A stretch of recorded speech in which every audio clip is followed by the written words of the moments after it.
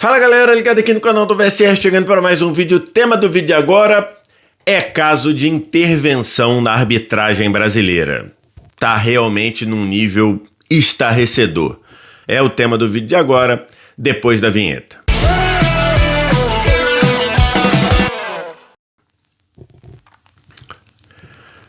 Mais um vídeo chegando aqui no canal do VSR, vamos falar do alarmante nível da arbitragem brasileira neste campeonato. Antes, você deixa o like, se inscreve no canal, tudo isso você faz aqui embaixo. Aqui embaixo também, primeiro comentário fixado do vídeo, tem um link para você baixar o app do Flash Score, o app que eu uso aqui no canal do VSR para estatística de futebol, acompanhamento de jogos, classificação em tempo real, tudo isso de graça no seu celular. Você não paga nem para baixar, nem para usar, só vir no primeiro comentário fixado, clicar no link e fazer o download. Estou gravando esse vídeo aqui na manhã de segunda-feira para falar sobre o nível da arbitragem no Brasil, que é um nível de intervenção. Não sei de quem pode intervir nisso, né? Não sei se você contar com a CBF para fazer essa intervenção. Eu não sei se é sonho, porque recentemente a CBF disse que fez uma avaliação da arbitragem brasileira no primeiro turno, até um pouco mais no segundo, e segundo a CBF, a arbitragem brasileira acertou 82% dos lances em que foi chamada para atuar, né? 82%, é como se você fizesse uma prova e você tirasse a nota 82. Até onde eu sei, eu não tenho conhecimento de alguma instituição de ensino que tenha média maior do que 82, né? Geralmente as médias são algumas escolas e algumas universidades 5, outras 6, outras 7, não me lembro. Então, em qualquer lugar, de qualquer prova que você faça de qualquer ensino, 82 é uma nota maravilhosa, é uma nota que você é aprovado até com louvor. E segundo a CBF, a arbitragem brasileira tem uma eficiência, uma efetividade de 82%. Então, quando você tem quem manda na arbitragem achando que o Brasil ele tem uma efetividade de 82%, é um sinal que é difícil você imaginar melhora, é difícil você imaginar coisas de evolução. Porque, segundo a CBF, na análise da CBF, toda vez que que os árbitros da CBF do Campeonato Brasileiro da Série A são obrigados a tomar decisões, eles acertam 82%.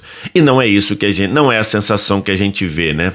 Não é a sensação que a gente tem nos campos. Neste fim de semana, a gente tem vários lances de reclamação, vários lances de marcações completamente questionáveis e marcações que a gente pode considerar pela regra do jogo erradas, e as decisões tomadas dentro do campo de jogo são outras e que não dão para entender.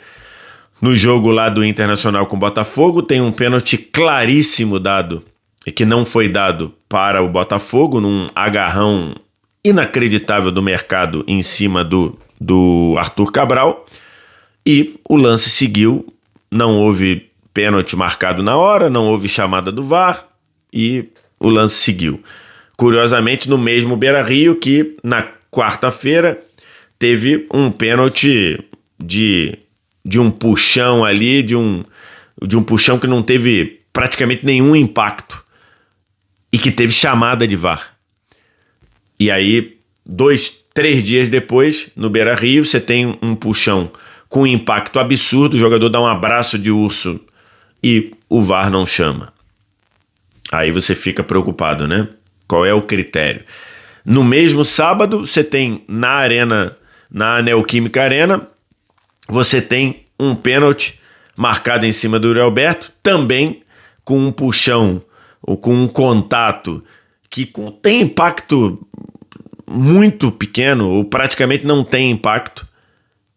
E o mesmo Corinthians, que reclamou demais do pênalti sofrido contra o Internacional na quarta-feira, teve a ser marcado a seu favor um pênalti igualzinho, também com chamado de VAR. esses dois pênaltis, o pênalti a favor do Internacional na quarta e o pênalti a favor do Corinthians no sábado, são pênaltis que, se você vê o árbitro marcar no campo, até vá lá. Porque você tá vendo ali, o árbitro de repente tá vendo que tem um puxão ali, tem um contato do defensor com o atacante e marca o pênalti. Agora, com chamado de VAR para esses dois pênaltis, que são iguais, um Corinthians foi prejudicado, no outro Corinthians foi beneficiado pela chamada do VAR, é difícil de entender. No mesmo sábado, você tem uma arbitragem bizarra em Bragança Paulista. Bizarra. No primeiro tempo, tem um pênalti que não dado a favor do Bragantino, com o zagueiro do Grêmio com o braço aberto assim na área. Tudo bem que o braço estava para baixo, mas com o braço aberto. Um chute forte, um chute na direção do gol. A bola bate no braço do jogador do Grêmio aberto. O árbitro não dá pênalti. E depois, na última bola do jogo, num lance em que o Marlon tá com o braço aqui, e esse braço assim, se eu até ficar de lado para colocar, o braço do jogador, na hora do contato, o braço do jogador tá aqui, e a bola passa aqui. A bola passa aqui. E o árbitro e o VAR chama para dar pênalti. Assim, uma marcação inacreditável. Uma marcação que você desafia, que você é desafiado a entender o que quem tá no VAR pensa da regra. E você ouve o áudio e o VAR tá dizendo que o jogador tá ampliando o espaço do corpo. Ele tava quando o braço estava aqui, mas na hora do contato o braço está colado no corpo. O que o jogador poderia ter feito de diferente? E a bola bateu na mão, foi para escanteio, o árbitro deu escanteio, o árbitro julgou, deu escanteio e o VAR chamou. Isso gerou uma declaração fortíssima do Marlon na beira do campo, fortíssima, e ele está completamente correto de tudo que ele falou. Tem uma coisa que ele está errado, que é dizer: o Grêmio foi roubado, mas esse roubado é na expressão do futebol, a gente dá para entender, né? Mas o resto, tudo que ele falou, ele está correto. A arbitragem vive um momento em que você não tem nenhuma condição de entender o que está sendo marcado. Você não tem condição nenhuma de ver critério, de ver lógica. O que o Marlon falou é 100% verdade. A CBF não dá suporte aos árbitros a partir do momento em que os árbitros não são profissionais. Os árbitros não trabalham apenas fazendo arbitragem. Todo mundo no meio do futebol, ou todo mundo, não dá para dizer que todo mundo no meio do futebol é profissional, né? Vou até trocar. Todo mundo que está trabalhando com futebol vive exclusivamente do futebol. O treinador, os técnicos, comissões técnicas trabalham só como comissão técnica, pelo menos na Série A, né? Jogadores são só jogadores. Jornalistas são só jornalistas. E você vê o árbitro, a maioria deles tendo que fazer dupla função, tendo que cuidar da sua vida e cuidar da arbitragem. Então, o que o Marlon falou, até sendo humano ali, pensando no lado da arbitragem, é verdade. São marcações que você não consegue entender, são marcações que você não consegue pensar na lógica, e a marcação que foi do pênalti marcado no Marlon é algo bizarro. E no domingo nós tivemos uma arbitragem inacreditável do Ramon Abate Abel no clássico São Paulo e Palmeiras no Morumbi, e que faz a gente parar para pensar em muita coisa. Primeiro, tem muita gente, muito analista de arbitragem e tudo, que acha o Ramon Abate Abel o melhor árbitro brasileiro, que acho que é só prova da falência que que tá no futebol brasileiro, né? O Ramon Abate Abel não é o melhor árbitro brasileiro porque é um árbitro fraquíssimo.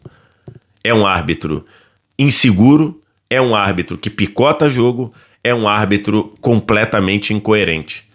Só para ter uma ideia, o Ramon Abate Abel, e aí você tem como analisar, porque é o mesmo árbitro. É rigorosamente o mesmo árbitro. Na quinta-feira, no Maracanã, o Ramon Abate Abel apita, no meio do primeiro tempo, um escorregão do Alexandro, lateral esquerdo do Flamengo. Ele tá indo para a bola para fazer a marcação em cima do Caio Jorge e ele escorrega no gramado do Maracanã e ao escorregar ele acaba atingindo o Caio Jorge. Quando ele atinge o Caio Jorge, o Ramon Abate Abel, que tá perto do lance, marca a falta na hora. Na hora. E aí, os jogadores do Cruzeiro partem para cima do Ramon Abate Abel pedindo um cartão amarelo pro Alexandro, que já tinha. E o Ramon Abate Abel, ele é automático ao dizer: não vou dar amarelo, não é para amarelo porque ele escorregou. Foi falta, mas ele escorregou. E ele fala isso, ele faz essa marcação. Ou seja, ele está dizendo ali: eu vi que o jogador escorregou, mas mesmo escorregando é falta. E ontem, num lance claríssimo de pênalti, mas claríssimo de pênalti, o Ramon Abate Abel tá na visão clara do lance. O Alan, meia do Palmeiras, escorrega dentro da área. O Tapia, atacante do São Paulo, estava indo em direção à bola. E esse escorregão vai no pé de apoio do Tapia, derruba o Tapia dentro da área. Isso é pênalti, assim, não tem nenhum questionamento que isso é pênalti. O Ramon Abate Abel está do lado do lance, manda seguir, não marca nada, e o VAR também não intervém. Faltou coragem ao Ramon Abate Abel para dar um pênalti a favor do São Paulo, com o São Paulo ganhando por 2-0 e com o jogo completamente na mão do São Paulo.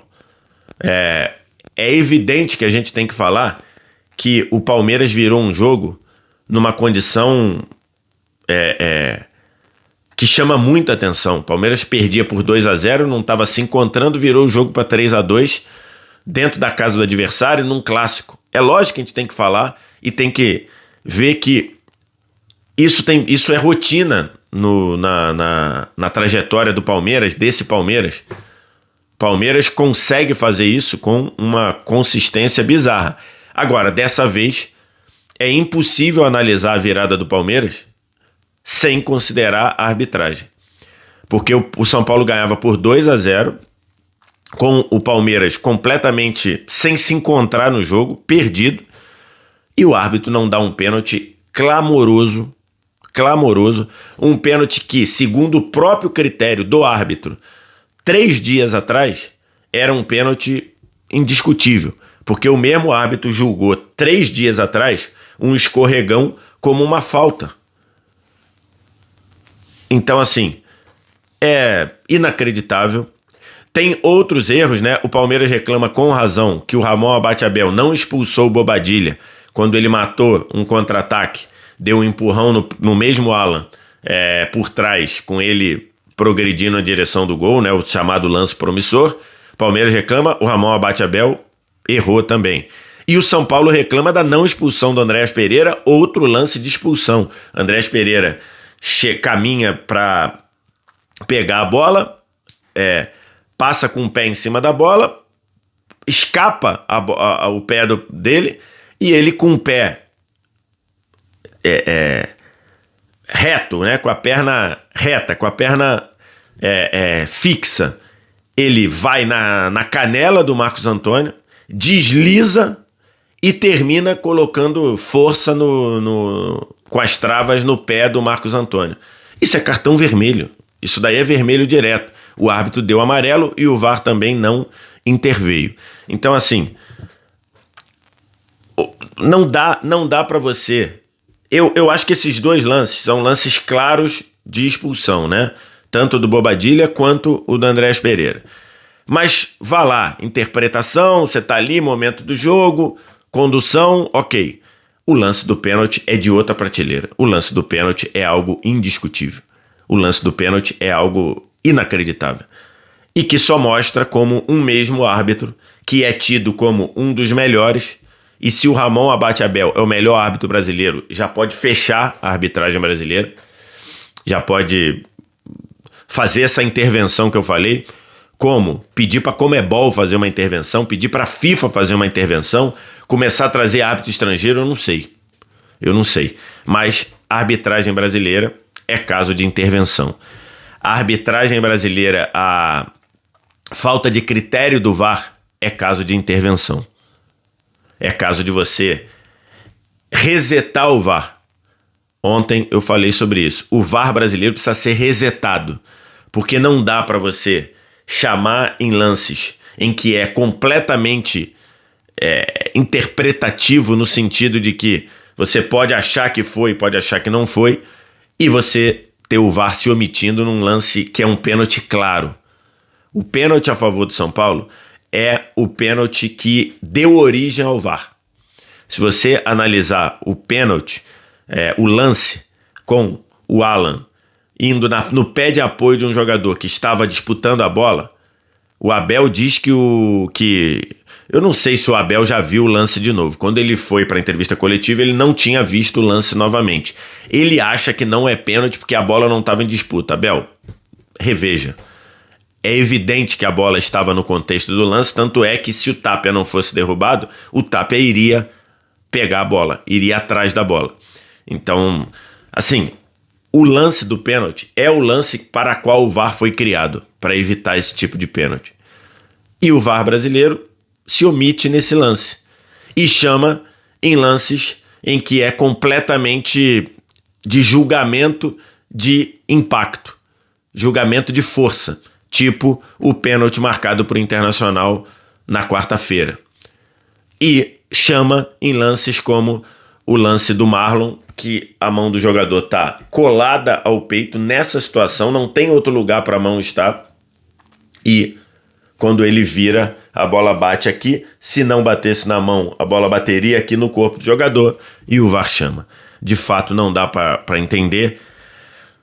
É uma situação que a CBF precisa de intervenção na arbitragem nacional. Não à toa, as equipes que trabalharam em Red Bull, Bragantino e Grêmio e trabalharam em São Paulo e Palmeiras, incluindo o Ramon Abate Abel, que não tem nada de melhor árbitro do Brasil, foram afastadas pela CBF na manhã desta segunda-feira. As duas equipes estão afastadas. É uma situação de alarme, é uma situação de intervenção. A CBF deveria ter, o senhor Rodrigo Martins Sintra, que é o presidente da comissão, deveria ter a humildade de pedir ajuda. A tal da comissão de notáveis lá, do Pitana, do Risoli, do Merahit, não está funcionando em nada. Ele precisa ter humildade para ir na Conmebol pedir ajuda, para ir na FIFA pedir ajuda. Porque do jeito que tá, não tem como funcionar.